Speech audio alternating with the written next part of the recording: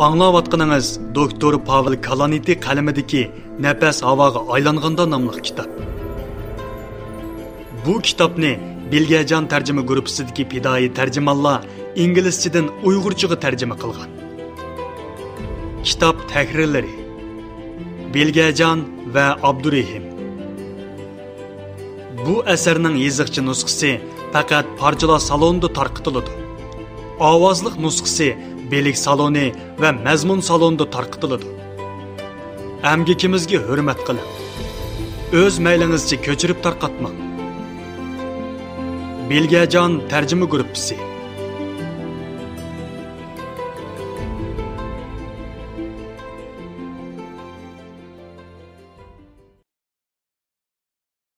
Nafas havoga aylanganda. Kirish so'z. Qo'limdagi CT tasvirga qaradim. Diagnoz aniq. O'pkani sonsizlagan o'smalar qoplagan. Umurtqining shakli o'zgarib ketgan. Jigar qardan chiqqan. Demak, rak. Yana kelib, oxirgi bosqich.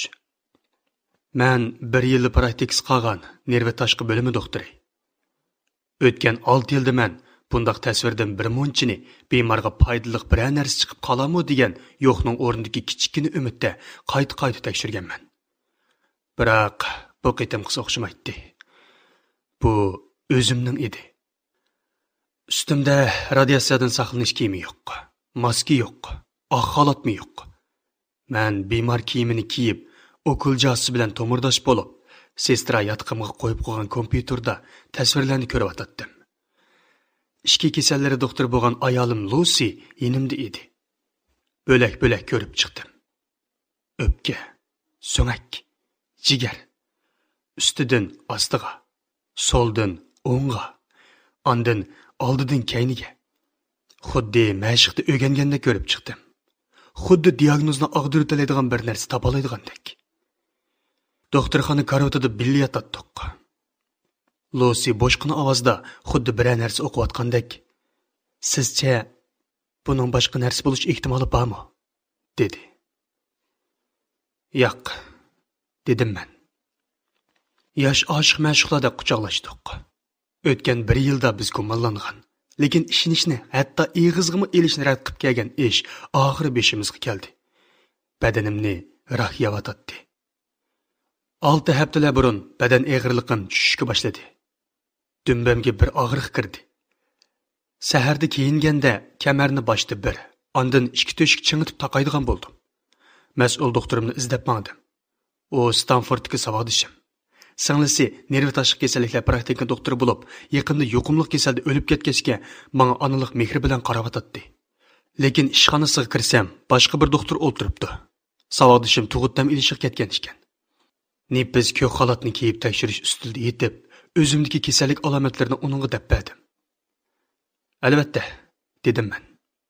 Agar doktorlik kasbiy salohiyat imtihonida 35 yoshli biraylarning sababsiz badan og'irligiga tushib ketsa, dumbasi qattiq og'irsa, bu nima kasal deb chiqqan bo'lsa, buning javob aniqlisi javob.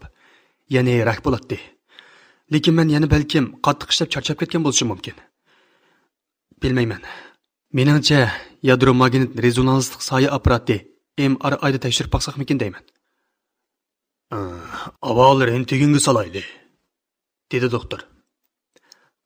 Dumba og'riqiga MRI qimmat. Ya'ni kelib soya apparatlarini zarur bo'lmasa ishiltish yaqindan bu mamlakat bo'yicha eng ko'p ayblanayotgan istirobchilik temasi edi. Lekin bu apparatlarning rolimi sizning nimani bilmoqchi ekanligingizga bog'liq. Rentgen rakni oson topolmaydi. Shundaqda nurg'un doktorlar bundaq dastlabki bosqichda MRI'ni ishiltishni xato deb qaraydi. U davom qildi. Rentgenga to'liq sezgir emas, biroq shuningdan boshlaganning ziyni yo'q. Undaqda elastik rentgen ishlasakchi, balki men tarix xarakterlik umurtqa yo'tkilish kasal bo'lib qolgandiman. Tomdagi aynakdan uning bu atalg'ini to'rdan izlayotganligini ko'rdim. Bu umurtqa yo'yitki bir xil sunuq. 5% kishida mush alomat bor. Yoshlardagi dumba og'riqining ko'p uchraydigan bir sababi shu. Bo'ladi, shunda qilayapsa. Rahmat, dedim men. Nemishqa doktor holatida shuncha nopuzliq odam bemor kiyimida shuncha yavaşlab ketadigandiman. Haqiqat shuki, tumba og'riqi haqida mening biladiganim uningkidan ko'p. Mening nervi tashqi kasalliklar doktori bo'lish uchun erishgan tarbiyamning yarmi yo'lin umurtqa kasalliklariga munosabatli edi. Mendikisi balkim umurtqa to'rik yollig'i bo'lishi mumkin. Xeyli ko'p yoshlar mush kasaldan qiynaladi. 30 yoshlardagi umurtqa raki buning ehtimolligi 10 mingdan biriga yetmaydi. Buning ehtimolligi 100 asa cho'ng'aysaqmi, yanada umurtqa to'rik yollig'i bo'lish nisbatidan tuvan. Balkim men ortiqcha ansirab ketgandiman. Rentgen yomon emas chiqdi. Mendagi alomatlar jafoli xizmat va badanning qiyrishiga ortildi. Keyingi qitimliq tekshirish vaqtini bekitib deb, ya'ni shu kunlik xizmatimga yurib ketdim. O'riqlar suratimni ostildi. Tumbamdagi og'riqmi chidig'li bo'ladigan yerga yetdi. Bu kunlarda og'riq pasaytguchi dori Advil bilan o'rtirdim. Nimali bo'lmasin, bundaq kunda 14 soat ishlaydigan jafoli kunlarning oyig'i ko'rinib qolgan edi. Meditsina o'quvchisidan nerv tashqi kasalliklar professoriga aylanish safarim bitish oldida turadi. 10 yil armay, talmay tarbiyalandim. Doktorxonada praktik qiladigan qolgan 15 oynimi chidab o'tkazish qaroriga chin edim.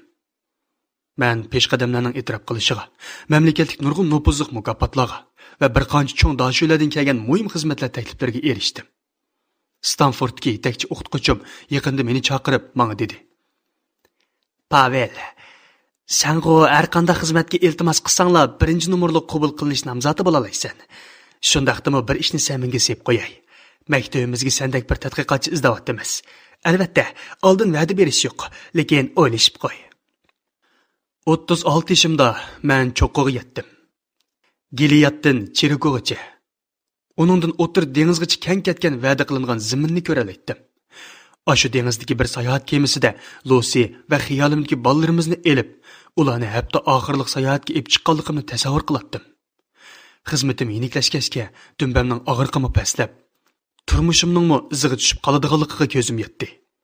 Oxiri o'zim va'da qilgandek bo'la oladigan kunlarga oz qolganim ham ko'zimga ko'rinib turibdi.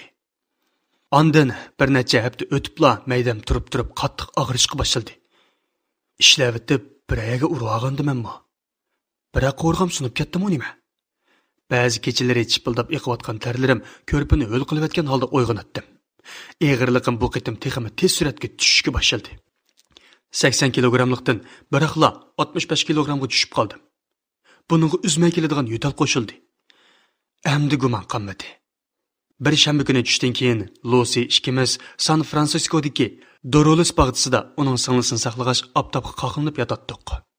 U telefonimning ekraniga tuyuqsiz ko'z silib qoldi. Ekranda tibbiy uchur izlash natijasi turibdi.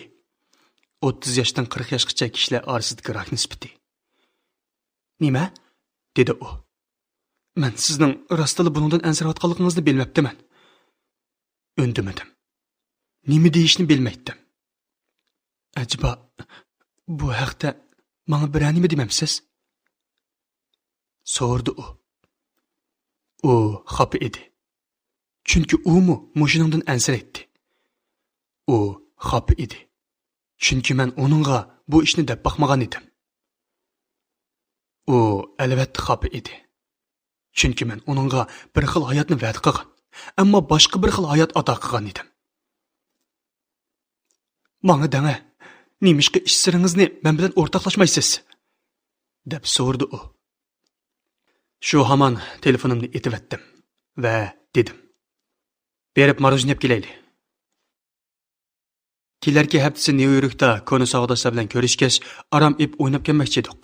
Kim biladi, bir kechilik yaxshi uyqu va najrumki esil ko'ktil arqi orimizni yaqinlashtirib, ayollik turmushimizga besimni yengiltib qolamdi texi. Biroq Lucy'ning boshqa bir plani bor edi. "Men siz bilan birga Nyu-Yorkka boramayman." Yo'lga chiqishdan necha kun qolgandila, u shundoq deb jakarladi. U bir hafta uydan ko'chib muhit almashtirmoqchi, ayollik turmushimizni o'ylashmoqchi edi. Uning sovuqqan talabbuzi qiyayotgan beshimni texmo ig'irlashtiribdi. "Nima?" dedim men. "Yo'q, bo'lmaydi. Sizni bakli yaxshi ko'raman.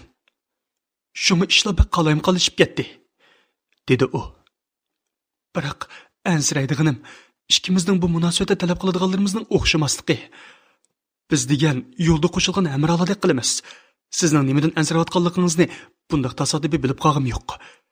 Sizga o'zimni yolg'iz his qilaman desam, Siz buni masala deb qaramagandek qilasiz. Boshqacha yo'l tutmasam bo'lmag'idek. İşler yaxshi olib ketadi. Praktikam jafoliq. Shunga dedim men. İşler rostilla shuncha malishib ketdimi? Nerve kasalliklari bo'limining doktorxona praktikasi barliq tibobat kasblari ichida eng jafoliq, eng kuch talab qiladi. Buning ayollik turmushimizga ta'sir ko'rsatmasligi mumkin emas. Nurg'un kechalarda men Lucy uxlab bo'lganda ishdan kelib, yerib charchashdan eshikdan kirib, yerda yetib uxlab qolaman. Yana nurg'un kunlarda men tehi tong suzilmasda, u uyg'onishdan burun ishga ketib bo'latdim. Biroq hozir kasbda yukselyapmiz. Nurg'un da şöyle ikkimizni tangli taklif qildi. Meni nerv tashqi kasalliklar bo'limiga, Lucyni ishki kasalliklar bo'limiga. Biz eng ig'ir kunlarni kaynimizda qoldirdik. Biz nurg'un qitim paranglashmadikmi? U hozir bundaq ta'tirlik qilib bo'lmaydiganligini nimishqa bilmaydigandi. Mening praktika mazgilimning 1 yillik qolganini nimishqa bilmaydi. Uni yaxshi ko'rdiganimni, xiyolimizga turmushimizga shundoq yiqilib qolganimizni nimishqa bilmaydigandi. Bu faqat praktikaning ishi bo'lsa-ku mayli, dedi u. Hozirgacha chidab keldik, lekin masala shuki, agar u praktikaning ishi bo'lmasa-chi, sizcha siz rasmiy nerv tashqi kasalliklar doktori bo'lsangizlar, hamma ish yaxshi bo'lib ketamdi. Safarni bekor qilishni, texmi ochiqroq paranglashishni va Lucy necha burun menga degan ayollar masalalar doktoriga ko'rinishni etdim. Lekin u o'zining vaqtga ehtiyojli ekanligida ching turdi. Yana kelib yolg'iz vaqt. Bu nuqtada tengirqashning g'uvobilik tarqab qattiq besilib qoldi. "Bo'pti", dedim men. U agar ketmoqchi bo'lsa, men bu munosabatimizni tugatdi deb o'ylayman.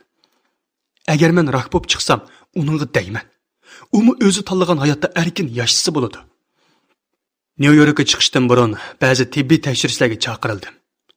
Yoshlarda ko'p ko'riladigan ba'zi rak kasalliklari bir-birlab nazardan saqit qilindi. Urug'dan raki? Emas. Qora pigment o'smasimi? Umi emas. Qon raki? Emas. Nerv tashqi kasalliklar bo'limi har chog'dagideklar aldirash edi. Seshanba kechdan juma sahargacha men operatsiya uyida uda 36 soatga cho'zilgan bir qator murakkab tekshirishlarda bo'ldim. Zo'r arteriya o'smasi, meni ichki qismidagi arteriya shoxchilari, arteriya vena tomirlaridagi normalsizlik. Doktor kirib, meni tamg'i yo'linib birdam orom elib ruxsat qilganda, rahmat deb yenik uxtatdim. Ko'krakni rentgenga sepopla doktorxonadan ayrildim va aerodromga menishdan burun uyga bir berish qaroriga keldim. Xiyolimda mundaq o'ylaydim. Rak bo'lib chiqsam, bu do'stlarimdan oxir qitim ko'rishib bo'lib qolar. Rak emas bo'lsam, safarni amaldan qoldirishimga sabab qolmaydi. Uyga kelib, yuk taqamni oldim. Lucy meni aerodromga olib qo'ydi va qaydishimga ulgurtib, ayollar masalasi doktorga kelishib qo'yganini aytdi. Darvozadan kirib o'tib, uningga uchur yozdim. Yenimda bo'lishingizni orzu qilatdim. Bir necha minutdan keyin Lucy uchur qaytardi. Sizni so'yman. Qaytganingizni mushiyada bo'laman. Aeroplanda dumbam qattiq og'irdi. New York markazi vokzalidan do'stimning uyiga boradigan poyezdni saqlayotganda badanim og'riqdan tugilib ketgan edi. O'tgan necha oyda men har xil ig'irlikda dumba tortishning dadini tatib kelgan edim. Bu og'riqlarning yeniki pash chaqanchilik og'rib o'tib ketishdan, ig'irroqi vaqirib o'tmaslik uchun tishimni ching tishlashga majbur qilgudek og'riqcha. Hatto yerda domulab, ig'inab, cherqirab ketadigan og'riqcha har xil edi. Hozirgi og'riq mushu oxirgi eng ig'ir og'riq kirdi. Poyezd kutish zalidagi qattiq o'rindiqda dumba muskullarimning bo'linib ketayotganligimni sezib yotdim. Og'riqni kontrol qilish uchun nafas olatdim. Advil qarqinmas bo'lib qolgan edi. Yig'ilib etmaslik uchun og'riyotgan har bir muskulimning ismini pichirlaydim. Umurtqa tiklig'ichi muskuli. Rombusman muskul. Dumbikan muskuli. Yuqumchaq muskuli.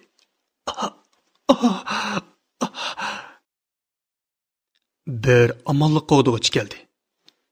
Efendim, bu yerda yotsangiz bo'lmaydi. Kechiring.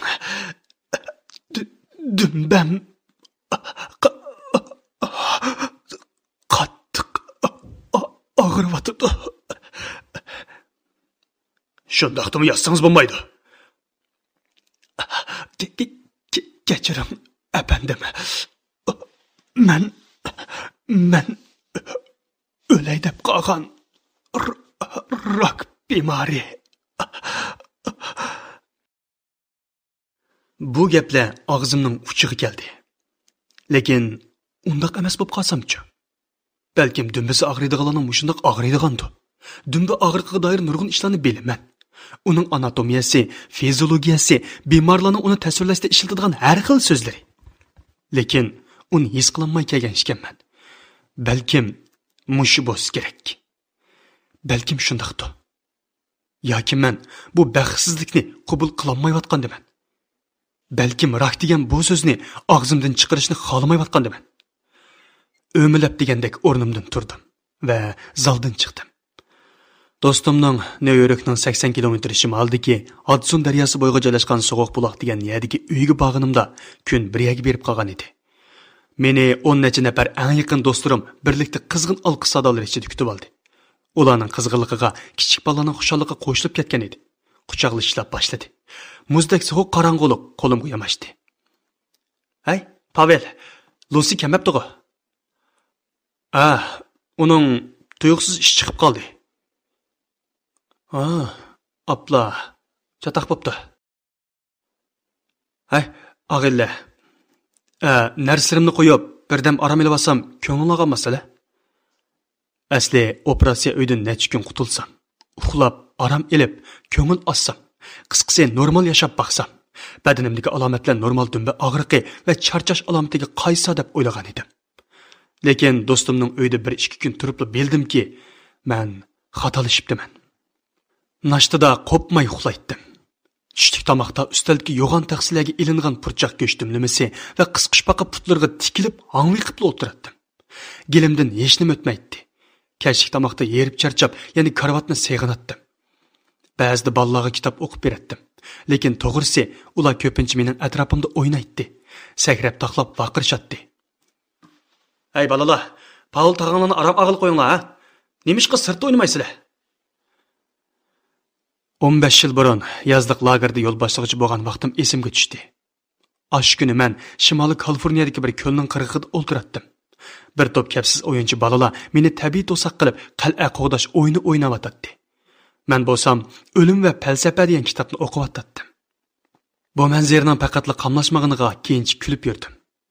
20 yoshlik yigit go'zal o'rmon, ko'l, tog', sayrayotgan chiroyli qushlar va xushal qiyg'itib o'ynayotgan 4 yoshlik bolalarning qo'rchog'ida o'ltirib, o'lim haqidagi kichik qora kitobga cho'kib ketsa. Biroq hozir mush daqiqada men bir parallellikni his qilib yetdim. Tahir ko'lning o'rnida men hozir Hudson daryosida.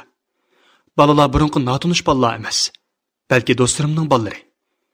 Bu yerda meni atrofdagi hayotdan ayirib turg'ini o'limga doir kitob emas, balki o'zimning o'layotgan badani. 3-chi kechasi uy egasi Maykulga dam ilishni baldir oyoqlashtirib, atili qaytadiganini aytdim. "Mijazim yaxshi emas dedingmi? Chataq yo'qda, Pavel." "Undaqqa emas. Chiqib, azroqdan ishkash o'ltirmamdoq." Uning o'chig'i oldida o'ltirib dedim. "Mayk. Bu Maykulning qisqartilmasi edi?" Men rahub qolgandek turaman. Ya'ni kelib, yomon sifatlik. Bu gapni tunji qitim og'zimdan chiqarishim edi. "Voy, xo'sh. Bu bir toza kamigan chaqchaqqa deyman", dedi u. "Yo'q." U to'xtab qoldi. "Pavel, men nima deyishimni bilmadim. Meningcha boshida deb qo'yishim kerak. O'zimni raqtaydiganga aniq bir tekshirish natijasi yo'q. Faqat alomatlarga qarab shundoq jazmlashtirib turibdiman. At uyga qaytib, mushuni aniqlamoqchiman. Xatolashgan bo'lsam-kan deyman." Mayek yuk taqamni ko'tarib yurmay, pochtadan silib o'tish taklifini berdi. At saharda u meni aerodromga olib qo'ydi. 6 soatdan keyin o'zimni San Fransiskoda ko'rdim. Aeroplandan tushimga telefonim sayradi. Mas'ul doktorim rentgen natijamni tanishtirdi. Uning deyishicha, tasvirda o'pkam suzuk chiqmay g'uva ko'ringan. Xuddi kameraning aynikini qapqisi ochiq holatda uzun qo'yib qo'ygandek. Doktor oxirida buning nimadan derak berdig'ini bilmaydiganligini qo'shib qo'ydi. Meningcha, u bilatdi. Menmi bildim. Lucy meni aerodromdan elib oldi. Uyimga borg'icha uningga demadim. Uyga kirdik. Sopada o'ltirib, uningga aytdim. U bildi. Beshini mo'ramga qo'ydi. Oramizdagi musofa butunlay erib ketdi.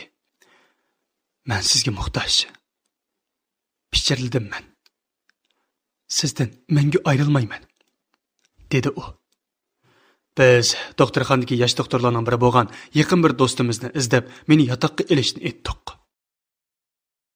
Qo'limga bemorlar taqaydigan silyo bilezik taqadim.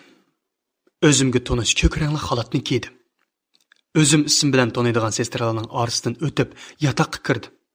Bu uyda men bemorlarim bilan ko'rishgan. Ularga oxirgi diagnozni va murakkab operatsiyalarni tushuntirgan. Bu uyda men kasaldan g'olib kelgan bemorlarni tabriklagan. Ularning hayotga qaytish tantanasiga shohid bo'lgan. Bu uyda men bemorning o'lganligini jakarlagan.